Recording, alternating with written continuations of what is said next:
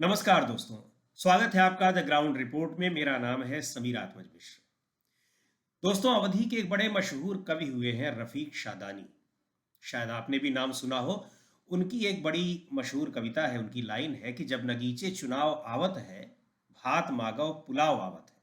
यानी जब चुनाव नजदीक आते हैं तो आप भात मांगिए तो पुलाव की पेशकश की जाती है, पुलाव दिया जाता है।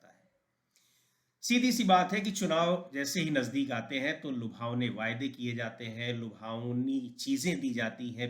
आपको लालच दिया जाता है, बहुत सारी चीजें। यानी जितनी भी तिकड़मबाजी हो सकती है सब कुछ आजमाई जाती है चुनाव में। उन्हीं के आधार पर तमाम तरीके के जातिगत समीकरण, धार्मिक समीकरण, ये सब भी बैठाए जाते हैं। बहरहाल आज हम चर्चा कर रहे हैं कि दलित मतदाताओं की, दलित वोटर, उत्तर प्रदेश की ही अगर हम केवल बात करें जहां 403 विधानसभा की सीटें हैं और उनमें कोई भी ऐसी सीट नहीं होगी जहां दलित मतदाता ना हो। और मतदाता तो हर जगह है दलित मतदाता, लेकिन एक अच्छी खासी संख्या में ना हो। जो आंकड़े हैं, सर्वेक्षणों के आधार पर तमाम जो आंकड़े मिलते हैं उनमें ये कहा जाता है कि लगभग 300 सीटें ऐसी हैं जहां पर दलितों दलित मतदाताओं की बहुत ही निर्णायक भूमिका होती है। और उत्तर प्रदेश में कुल 75 जिले हैं। उनमें 20 जिले ऐसे हैं जहां 25% से ज्यादा दलितों की जनसंख्या है। यह पूरे उत्तर प्रदेश में देखा जाए तो यह माना जाता है कि 21% दलित मतदाता है। इनमें आधे से ज्यादा, जो 21% टोटल मतदाताओं का जो प्रतिशत है, 21%, उनमें से आधे से ज्यादा मतदाता यानी करीब 11% मतदाता जो है वो दलितों में भी जाटव मतदाता है। और गैर जाटवों की संख्या उनसे आधे से भी थोड़ी कम है। पिछले करीब 3 दशक से यदि देखा जाए तो दलित मतदाताओं का रुझान बहुजन समाज पार्टी की ओर रहा है। इसमें भी जो जाटव मतदाता हैं वो तो लगभग ये माना जाता है कि 90% से ज्यादा, मैं 90% शायद कम बोल रहा हूं, उससे भी ज्यादा, या आप ये कह सकते हैं कि लगभग पूरा का पूरा जाटव मतदाता जो है वो बहुजन समाज पार्टी के पक्ष में वोट करता है। चाहे वो सुरक्षित सीटें हों, चाहे वो कैसी भी सीटें हों, पार्टी किसी को भी टिकट दे दे, उन मतदाताओं को, उसी पार्टी को, बहुजन समाज पार्टी को ही वोट देना है। ये स्थिति होती है। ऐसा देखा जा गया है पिछले 30 साल के जो ट्रेंड है चुनाव के, और विधानसभा चुनाव हो चाहे लोकसभा चुनाव हो। तो जब से बहुजन समाज पार्टी चुनावी राजनीति में है, जब से उसने सीटें लानी शुरू की विधानसभा और लोकसभा में 90 के दशक के बाद, तब से लेकर के 2014 में उसका सबसे खराब प्रदर्शन रहा। यानी लोकसभा में उसको 2014 के लोकसभा चुनाव में उसको उत्तर प्रदेश में एक भी सीट नहीं मिली। लेकिन उसके वोटों का प्रतिशत जो रहा वो करीब 22% वोट उसको तब भी मिले। इससे ये कहा जाता है कि जो उनका अपना एक कोर वोट बैंक है वो उनके साथ है, और बाकी इसके अलावा जो और भी मत वोट उनको मिल जाते हैं वो भी अपनी जगह पर है। और 2017 में भी स्थिति यही रही। बहरहाल 2019 में तो बहुजन समाज पार्टी ने समाजवादी पार्टी के साथ गठबंधन किया। समाजवादी पार्टी को केवल 5 सीटें मिली, लेकिन बहुजन समाज पार्टी को 2019 के लोकसभा चुनाव में 10 सीटें मिली। लेकिन 2014 के लोकसभा चुनाव से पहले भारतीय जनता पार्टी ने बहुजन समाज पार्टी के इस दलित वोटर को अपनी तरफ खींचने की काफी कोशिश की और बहुत हद तक उसको सफलता भी मिली। लेकिन ये कहा जाता है कि इसमें जो सफलता भारतीय जनता पार्टी ने पाई भी, वो गैर जाटव मतदाता जो करीब 10% के आसपास है पूरे उत्तर प्रदेश में, उसमें जरूर सेंध लगाई भारतीय जनता पार्टी ने कुछ हद तक, काफी हद तक हम कह सकते हैं। लेकिन जो उसका करीब 11% जाटव मतदाता है, वहां वो सेंध लगाने में कामयाब नहीं हो पाई, या अगर लगी भी होगी तो बहुत ही कम। पर ये जो चुनाव है अब होने वाले हैं 2022 के विधानसभा चुनाव, इसमें बहुजन समाज पार्टी की सक्रियता बहुत ही कम दिखाई पड़ रही है। शुरुआत में तो ऐसा लगा कि शायद वो बहुत अभी इंतजार कर रही हैं बीएसपी नेता मायावती की, जब जैसे चुनाव नजदीक आएंगे या आचार संहिता की घोषणा होगी तो तेजी आएगी। लेकिन इन सब चीजों के बाद भी तेजी दिखाई नहीं पड़ रही है। ये बात अलग है कि वो लगातार ट्वीट करके या पार्टी के दूसरे बड़े नेता जो सतीश चंद्र मिश्र हैं अक्सर ये कहते रहते हैं कि हम लोग पूरे तैयारी से लड़ रहे हैं और सरकार बनाएंगे, सारी चीज़ें हैं। लेकिन ग्राउंड पर जो लोग भी रह रहे हैं या देख रहे हैं, या डिजिटल जो प्रचार माध्यम तंत्र है, डिजिटल तरीके से जो प्रचार हो रहे हैं, वहाँ भी उनकी प्रेजेंस बहुत कम दिखाई पड़ रही है। और अब ये सीधे सीधे कहा जाने लगा है कि उत्तर प्रदेश में जो चुनाव है वो भारतीय जनता पार्टी वर्सेस यानी भाजपा गठबंधन, एनडीए गठबंधन बनाम समाजवादी पार्टी गठबंधन के बीच में हो रहे हैं। कांग्रेस पार्टी को भी लोग लड़ाई में उस तरीके से नहीं देख रहे हैं, क्योंकि कांग्रेस पार्टी के नेताओं की सक्रियता, खासतौर से कांग्रेस महासचिव प्रियंका गांधी की लगातार सक्रियता, सभाएं, लोगों से वाद संवाद सब कुछ हो रहा है, लेकिन जमीनी हालत कांग्रेस की उस तरीके से नहीं है कि उसको लोग लड़ाई में देख रहे हो। पार्टी दावा कर रही है, लेकिन जो जमीनी हालात है वो हम आपको बता रहे हैं।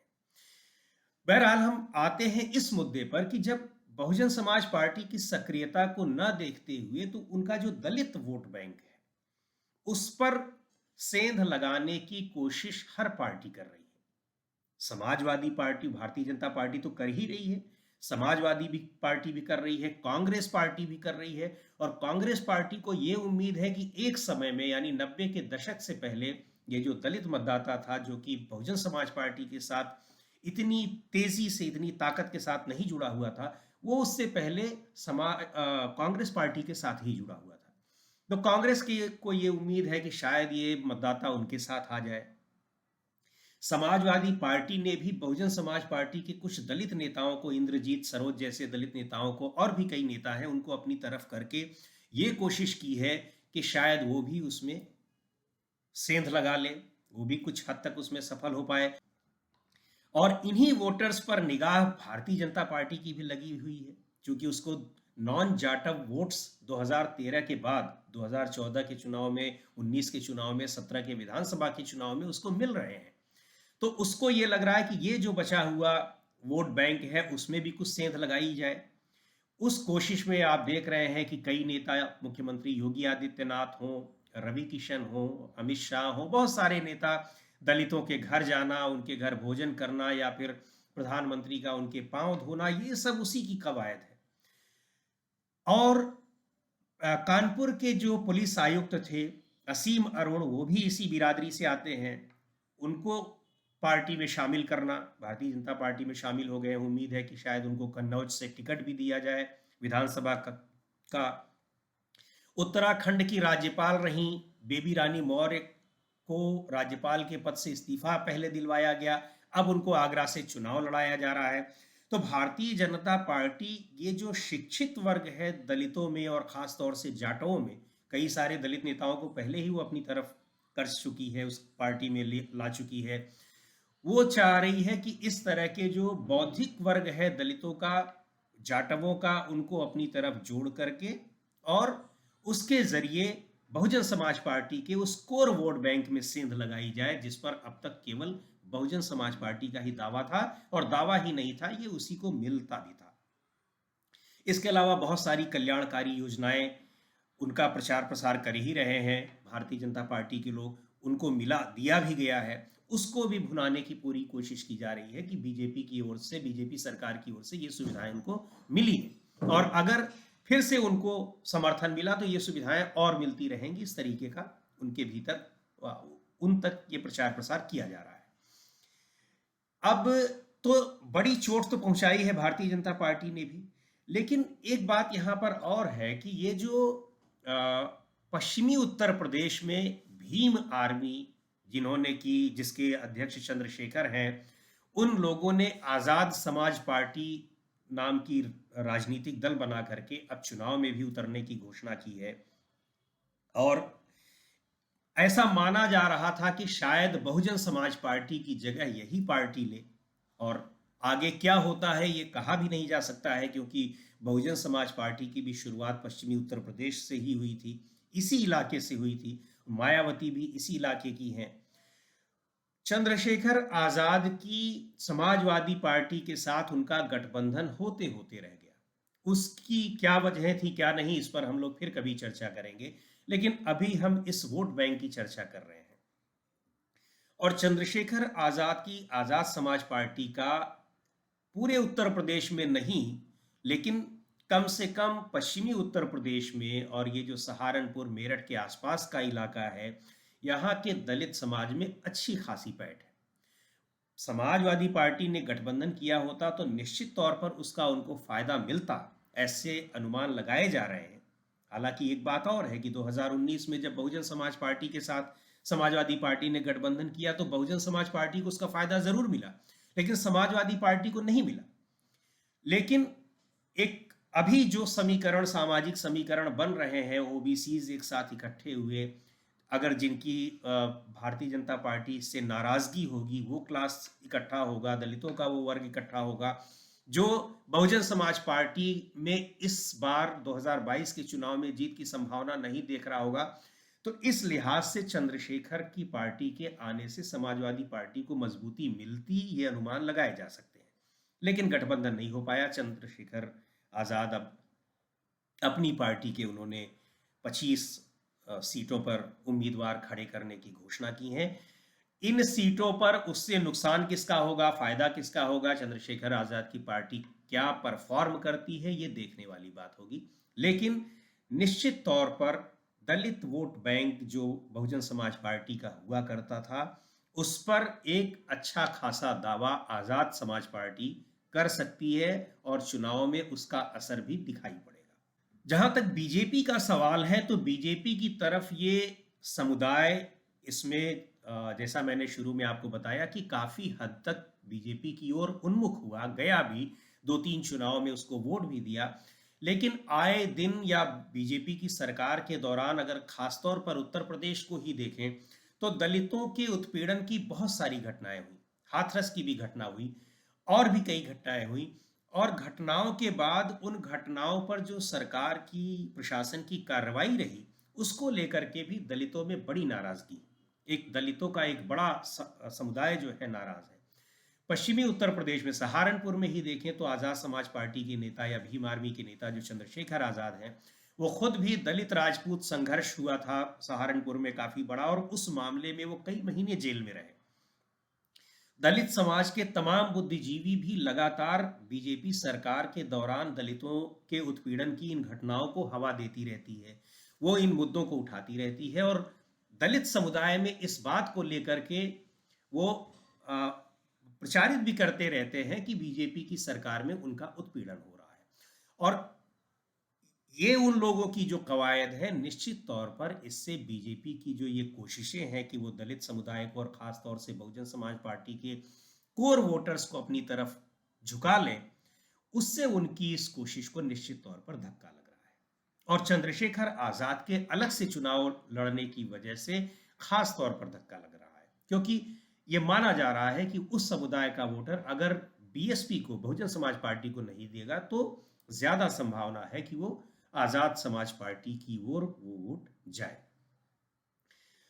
अब बात करते हैं जो पश्चिमी उत्तर प्रदेश, जहां पहले और दूसरे चरण में चुनाव होने हैं, वहां की क्या स्थिति है और उस इलाके में ये जो दलित मतदाता है इनकी बहुत ही महत्वपूर्ण भूमिका रहती है।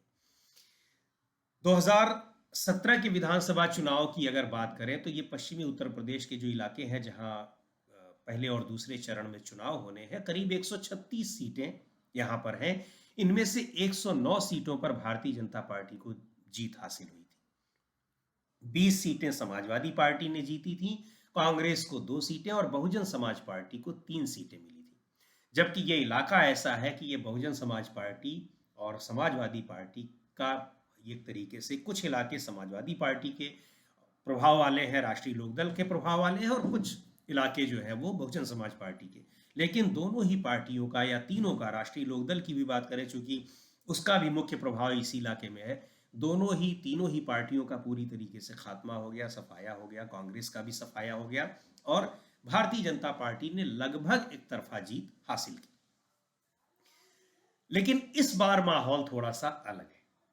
2013 के बाद इस इलाके में मुजफ्फरनगर दंगे भी हुए थे, दंगों का प्रभाव हुआ था, दंगों के प्रभाव से वोटों का ध्रुवीकरण हुआ था। जाटों का, मुस्लिमों का जो एक गठबंधन हुआ करता था जिसका फायदा अक्सर भारतीय समाजवादी पार्टी को मिलता था या कभी बहुजन समाज पार्टी को भी मिलता था, वो पूरी तरीके से अलग हो गया। जाट समुदाय ने भारतीय जनता पार्टी के पक्ष में मतदान किया और बीजेपी को लगातार इस इलाके में बड़ी सफलता मिली।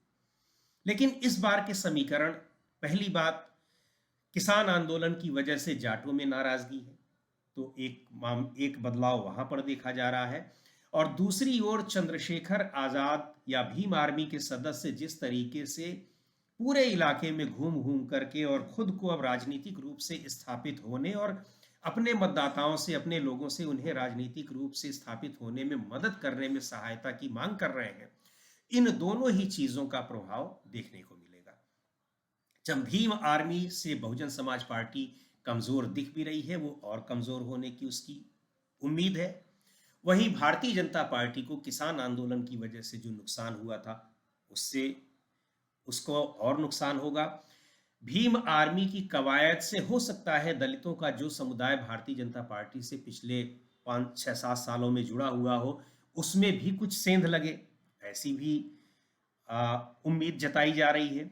क्योंकि भीम आर्मी के प्रति वहाँ के स्थानीय, उस इलाके में पश्चिमी उत्तर प्रदेश के दलितों में एक अच्छी खासी उनके बीच में उनकी पैठ है और उनको ये उम्मीद है कि जब भी इनकी कोई लड़ाई होती है, उनकी कोई समस्या होती है, तो भीम आर्मी के लोग उनके साथ खड़े रहते हैं।